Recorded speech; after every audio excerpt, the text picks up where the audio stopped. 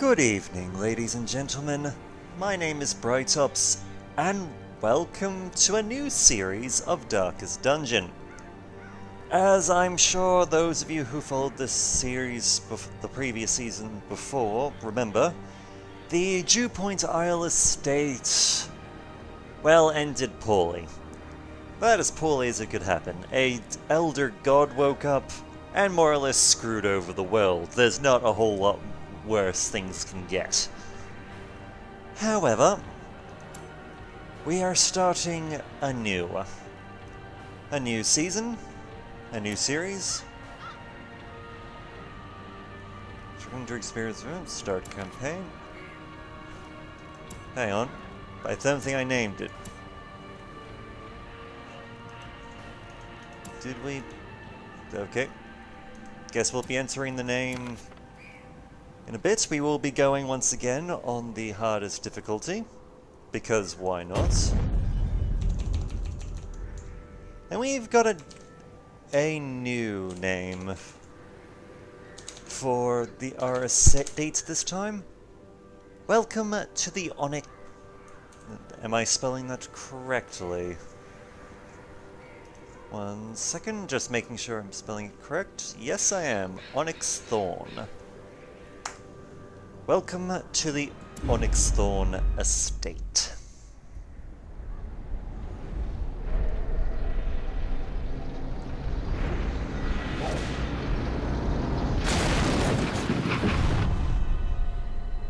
You will arrive along the old road. It winds with a troubling, serpent-like suggestion through the corrupted countryside, leading only, I fear, to ever more tenebrous places. There is a sickness in the ancient pitted cobbles of the old road, and on its writhing path you will face viciousness, violence, and perhaps other damnably transcendent terrors.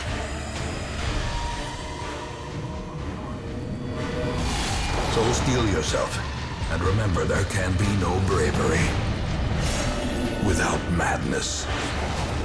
The old road will take you to hell, but in that gaping abyss, we will find our redemption.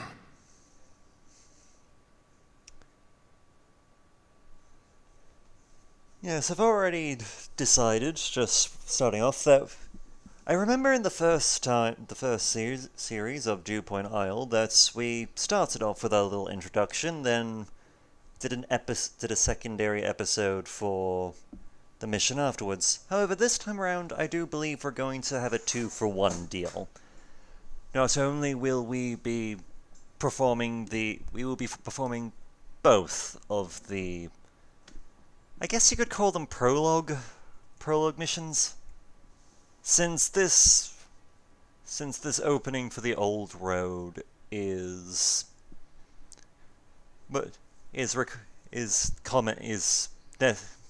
by default, you'll do it whenever you start a new mission, and the first mission you do properly in the ruins after this is more or less pre-generated. It's probably one of the only maps on that gets generated that is consistently the same. Brigands have run up these lanes. Keep to the side path. The hamlet is just ahead. And we've got Dismas and Reynolds. This thug in brutal fashion. Once that again. All may hear of your arrival. Once more. Their formation is broken. Maintain the offensive. We are learning our lesson. We are not talking to this thing. We talked to it before in the last time we were here. It did not end well. We are not talking to it again. An ambush. Send these vermin a message. The rightful owner has returned, and their kind is no longer welcome.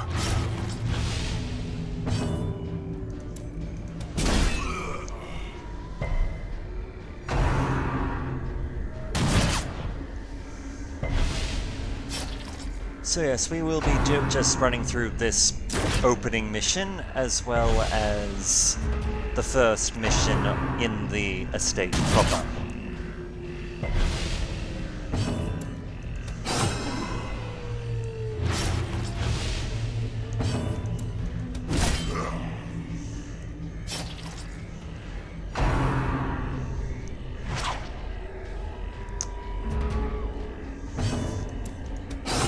Now, I will admit, it is interesting in order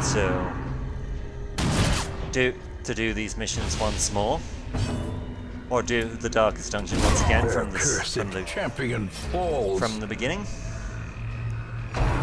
But we'll see if we can have a bit more luck this time around than we did last time.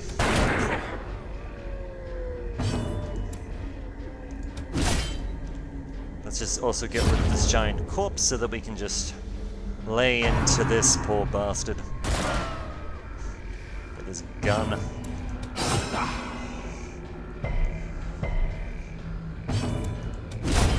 As the fiend falls, a faint hope blossoms. Okay, I'm gonna try something here. Because...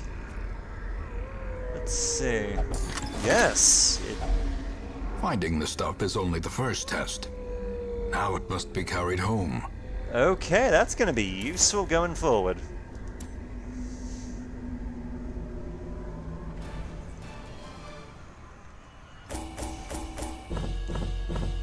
Because an extra thousand bucks, always nice.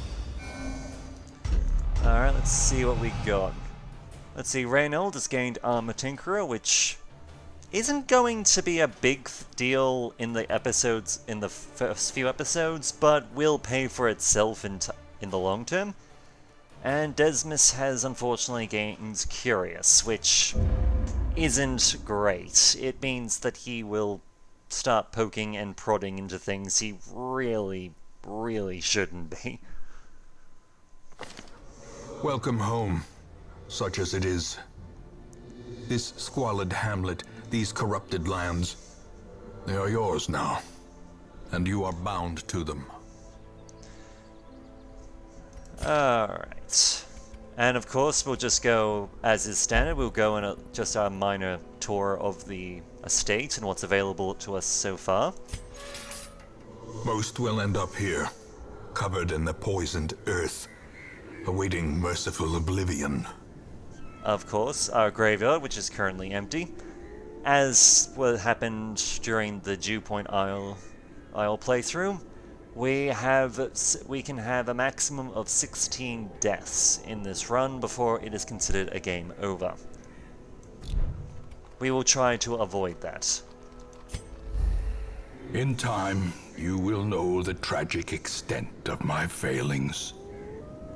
The Ancestors' Memoirs, which will be where basically the little boss video, the little intro for bosses will be recorded, as well as any collected journal pages we managed to bring with us from the dark pits that we will be exploring. Trinkets and charms, gathered from all the forgotten corners of the earth. Let's see, the Nomad Wagon, which honestly I very rarely use, or even consider using. Effectively, it's a shop that allows you to buy items, but honestly I don't use the place. At least, I probably should give it a bit more of attention, but we don't. It also has due to the Color of Madness DLC, it has a shop connected with the farmstead, in that it likes to sell the it works in... is it shards? It's fairly certain it was shards. Well, it sells items that you gather from the farmstead and things connected to the farmstead.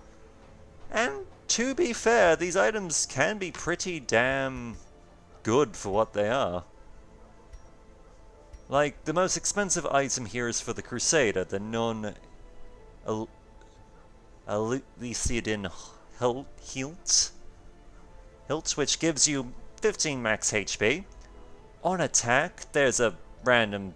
You'll have a 5% chance of picking a random target. You have a 25% stun chance if holy water is in your inventory. And on attack hit, I'm not sure if that means if you're attacking you have the chance to blight your enemy, or if when you're getting attacked you have a chance to be blighted yourself. It's hard to say. But anyway, we'll leave that be. And of course... Women and men, soldiers and outlaws, fools and corpses. All will find their way to us now that the road is clear.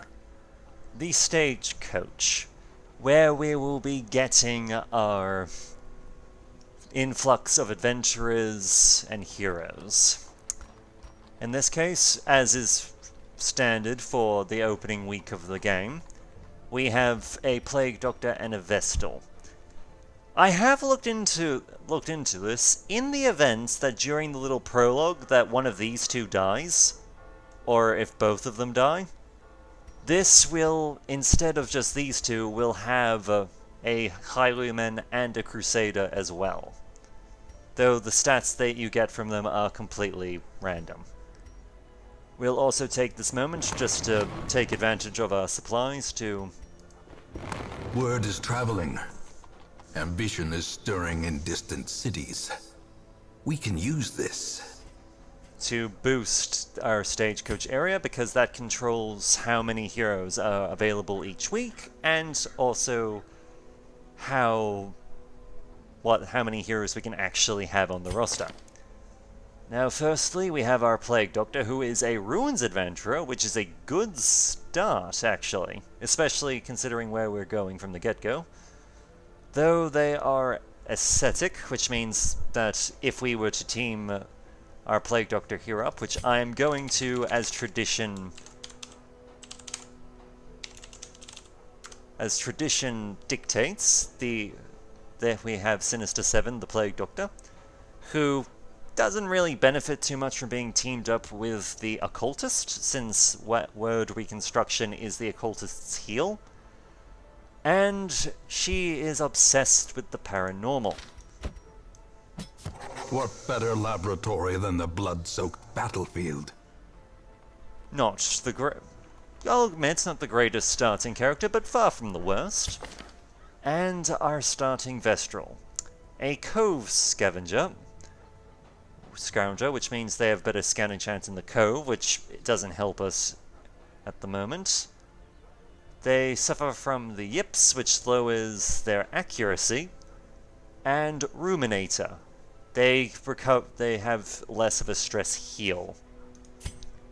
And once again, sticking with tradition, Miss Lana. A sister of battle, pious and unrelenting. Okay, we've gone on our little tour of the town. And just to show off our two previous champions, who we will not be renaming. I like to keep track of Reynald and Dismas to see how far they can get. Reynald is a Warrior of the Light, which means that he does more damage if the torchlight is above 75%. Sorry. And he gains Armor Tinkerer, which means that when we finally get to upgrading him, he will be cheaper to upgrade his armor, which is a good one. He is a God-fearing, which means that in town, if we're going to throw him into a building in order to relieve his stress, he will only pray. And he is a kleptomaniac, which means he will steal stuff. If we encounter certain things in the field, there's a chance that he will try and steal the rewards for himself. And of course we have Desmus, who has a hard noggin, which means he's resistant to stun, and quick reflexes, which means that he's got +2 speed. A good beginning. He has a known cheat, so he is not allowed to gamble in town. But he has gained curious, which means, as I said before, that he has a habit of poking his nose into things he really shouldn't be. And just taking a moment, we're going to give him an item, the Highwayman Only Flash Fire Gunpowder. This will lower his stun resistance by 20%, but because of Hard Knock, and that comes down to 5. So he'll be fine, but it increases his the damage from his range skills by a good 10%, which is a good thing for him to have, honestly. And for Reynolds, we'll also give him a bit extra protection at a cost of speed, which doesn't really matter because Crusaders aren't that fast. But yes, with that... A mecca of madness and morbidity. Your work begins. But yes, I said that we would be doing a 2-mission thing just to get through the prologue missions. And that we shall do. The cost of preparedness, measured now in gold, later in blood. Let's see, how much can I get away with?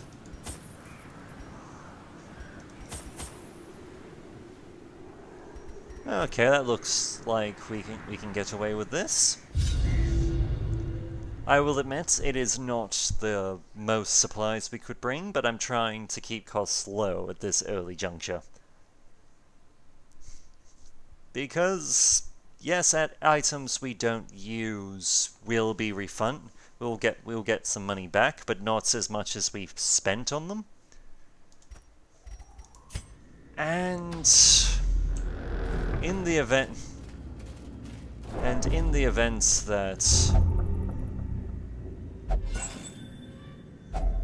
Packs laden with loot are often low on supplies.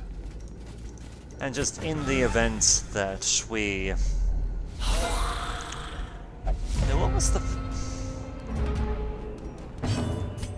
Damn, I can't remember what I was going to say.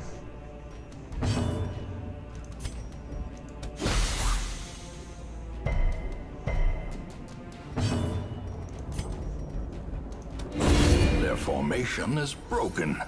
Maintain the offensive. But at any rate, I guess it doesn't really matter. We should have enough. Foolish horrors. Brought low and driven into the mud. We should have enough supplies and items in order to get away with this dungeon, Even while the maximizing the cold stone seems bent on amount of preventing treasure passage. we can drag out of it.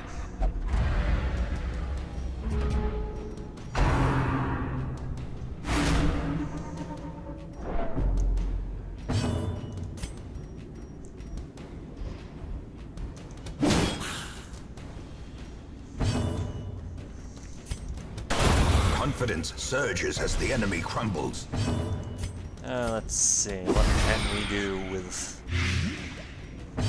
our friendly undead monsters?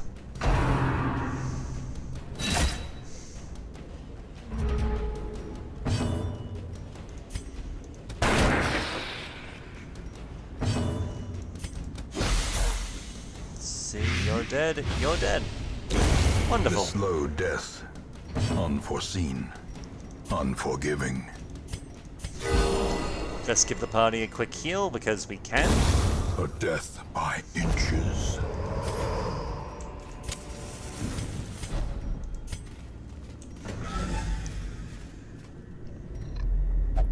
But yes, similar to the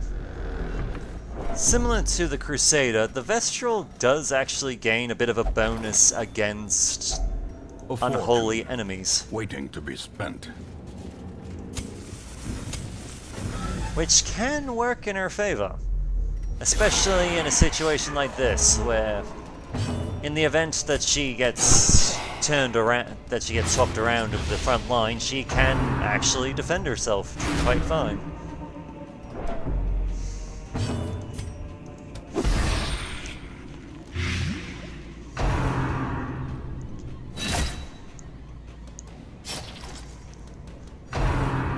Let's see what we can Such a terrible assault cannot be left unanswered. Okay, let's...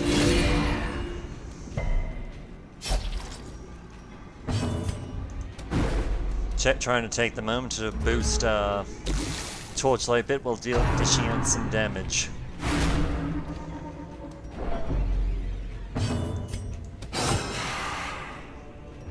Because the less enemies that are on the field, Great is the weapon that cuts on its the own. less damage they can actually do to us at a given time.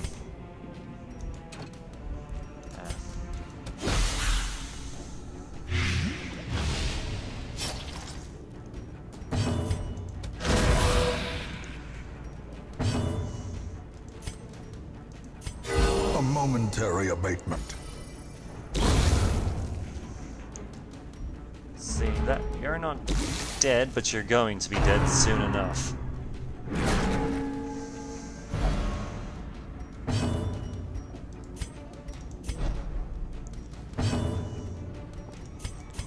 Alright, so get rid of that bleed while we're at it. Just make things slightly easier.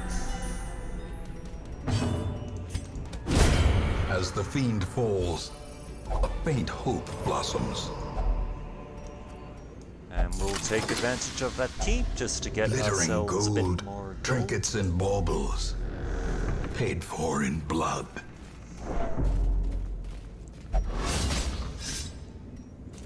Curious is the trapmaker's art, his efficacy unwitnessed by his own eyes.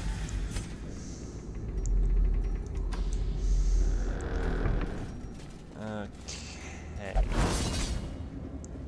Well, we dodged that one, if nothing else.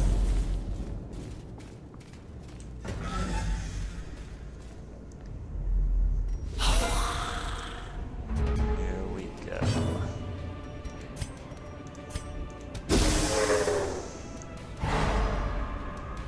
Might as well stun him just so that we don't have to deal with, because the our crossbow man here does a fair bit of damage when he wants to.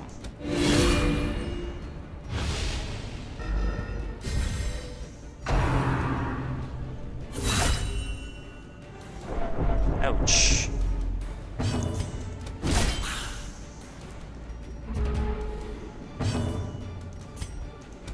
Let's finish you off so he's dead.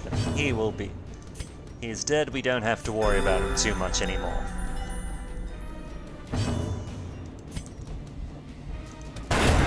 Continue So's the him. onslaught. Destroy them all.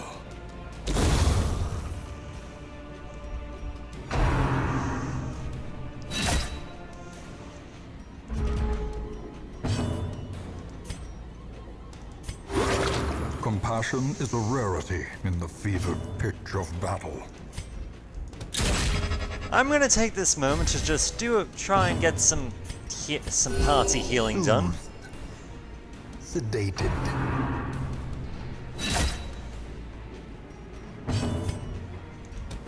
Just so that the party's in a bit better condition moving forward. Remind yourself that overconfidence is a slow and insidious killer. Hang on, what benefit do you have? I know it's a divine... Well, healed you up and got rid of some of your stress, which was getting up there, if nothing else. Here comes the kleptomania.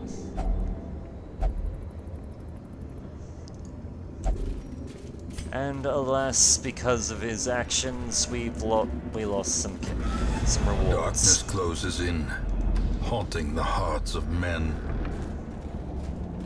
Well, since we've already cleared this way, and we know for a fact the next proper battle is going to be down here, I'm okay with taking a walk in the dark. Plus, it also means that along this route, whatever rewards we can find will be all the greater for it.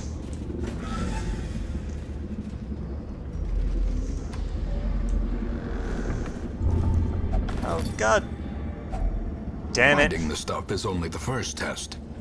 Now it must be carried home.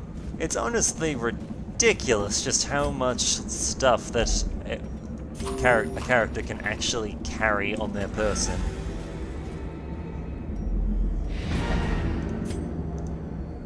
And because we are not cowards, let us push forward into trying to secure one last bit of treasure.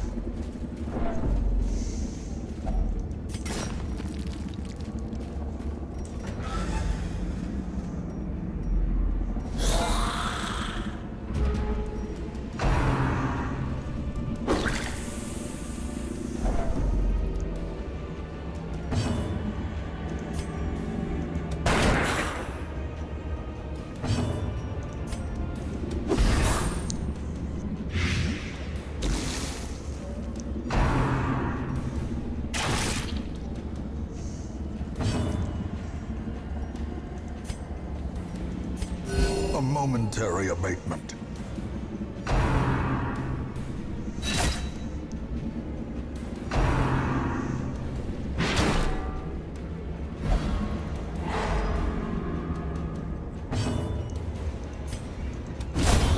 Decimated.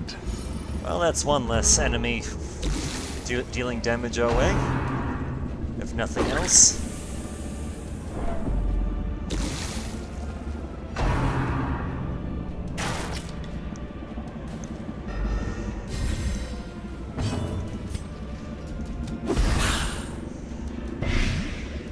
See, you're dead.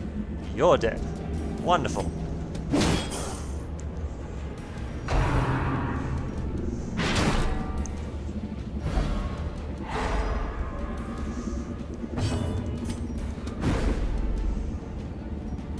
You are tragically still alive. Slowly, gently.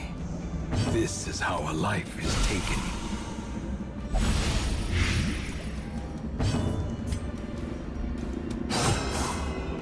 Not planning for him to bleed him. That's. I must admit, I'm not entirely sure if it actually is possible or not to actually cause one of the skeletons to bleed. Success so clearly in But view. in theory, if you get Or enough is it merely a debuffs to trick do of it. the light? See any doors opening? No. We're done.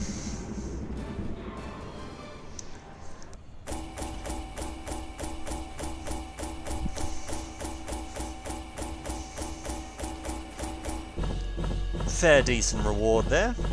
Plus we've got some heirlooms. Granted, it would probably be higher if Reynold hadn't stolen so much stuff, but alas.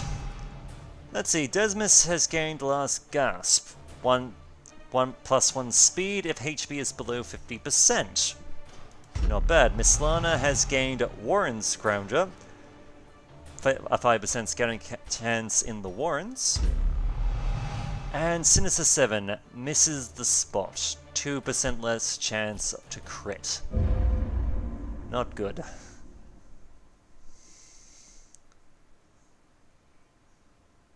In time, you will know the tragic extent of my failings. So we've successfully done our prologue missions, and we've unlocked 2 new locations. The Abbey. The cobwebs have been dusted, the pews set straight. The Abbey calls to the faithful. The Abbey, which will allow us to... A little hope, however desperate, is never without worth. Which will allow us to take advantage of some stress healing here. Including, not to mention Reynold, who I will... I'll let him take a break, since his stress is fairly high. And our tavern... Fresh kegs, cards, and curtained rooms promise solace to the weary and broken alike. Which is our other stress managing building. And let's have a look at who's arrived on the stagecoach this time around. Let's see, a shield breaker who is steady, so 10% less stress overall, which is a good ability to have, and curious. Much like Desmus, is also obsessed with the acquisition of knowledge. which isn't great, but we'll take them. Shifting, swaying. She mesmerizes her prey before the final strike. Okay, we have an occultist. Eldritch Slayer. So 10% more accuracy versus Eldritch creatures, and 10% crit chance versus Eldritch. Which is a very good thing for the occultist to have, since one of their primary means of doing damage is, well, two of their ways of doing damage, really, is Abysmal Artillery and Sacrificial Stab, which both do increase damage to Eldritch creatures anyway. So him getting Eldritch Slayer, damn good. He is also bloodthirsty, so he is fascinated by injuries, wounds, and torture. Welcome aboard! To fight the abyss, one must know it. And another Vestral, who is a Warrens tactician, so does additional damage in the Warrens, but a good 15% extra damage, and Wild Scrounger, which means better 5% more scouting chance in the world, though she is claustrophobic. Well, she's on. A sister of battle, pious and unrelenting. We'll be bringing her along anyway. I will actually take the time to give them names from subscribers in the near future. I would appreciate if anyone wishes to give me suggestions on if they want to be any of these three. But until next time, my name is Brightops, and I look forward to hearing from you.